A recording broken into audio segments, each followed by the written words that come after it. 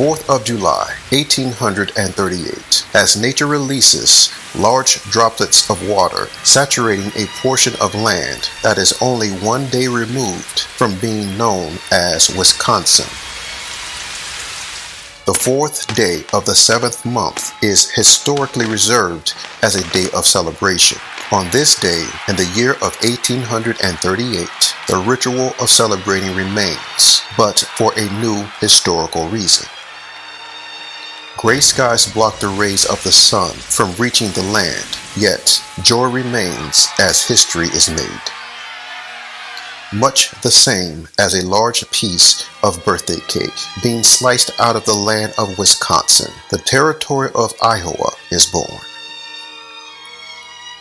Many notable celebrities and American heroes began their life journey in Iowa.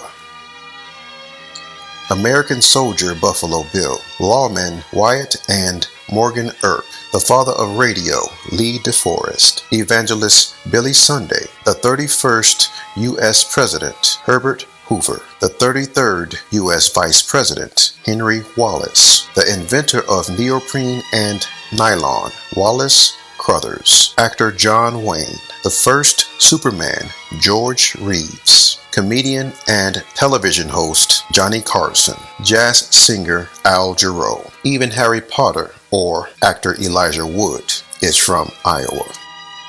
But on the 18th day of 1879, a man named Nelson calmly supports his wife Anna as she gives the final push to birth another American hero the state of Iowa can claim as its own.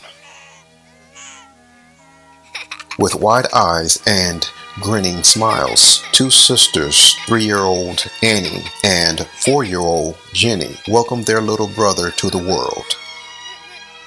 The mother and father smile as the 3 and 4-year-olds dote over their little brother that's only hours old. Jenny, the eldest sister, inquisitively looks at their father. Dad, what's his name? His name is Henning. The clever child surprises the parents as she makes a stunning connection. Jenny, Annie, and Henning. Henning. Like our last name, right? The parents tilt their heads curiously as the big sister continues. Yes, his name is Henning, and he's your son. See? Henning's son. Even the exhausted mother couldn't contain her laughter from the child's detailed connection. Yeah, I guess you're right. Henning Henningsen. As Henning slumbers, the sleepy pathfinder is totally unaware of his surroundings. And of course, he has no idea he will metaphorically and literally pave the way for many Americans. After only 13 summers, Henning made a decision that is a common course of action for the 1800s. He peaks the conventional course of education at the 7th grade level, but the wisdom of life keeps him sharp. Quickly physically and mentally growing from a boy to a man, in the same year he would have graduated high school. Instead of cap and gown, Henning donned a U.S. military uniform to participate in the active Spanish-American War of 1898.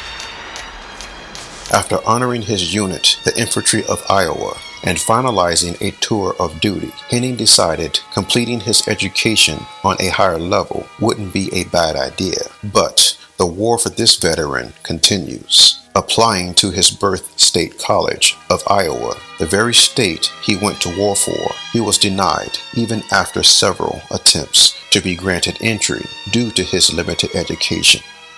On record. The rule-breaking, persevering pathfinder found a way to appeal to the governor of the state. Henning's argument of not only being a lifelong citizen and going to war for the state of Iowa, if that's not enough, he concludes he is also a taxpayer. Steadfastness and timing is everything. In the year of 1902, by the authority of the new governor of Iowa in his first year of incumbency, without further resistance, Albert B. Cummings granted the persistent young man permission to attend the college of his state of birth. Henning graduated from the esteemed college with honors as he collects his well-earned certificate in electrical engineering. Side note, the man that unknowingly played a part in Henning's destiny went on to make history himself. Albert B. Cummings became the first Iowa governor to be elected for 3 successive terms. Another pivotal point in Henning's life moved him to Pittsburgh, Pennsylvania, where he worked for and gleaned from another pioneer. Henning's mentor and employer is the inventor of the railway air brake, George Westinghouse.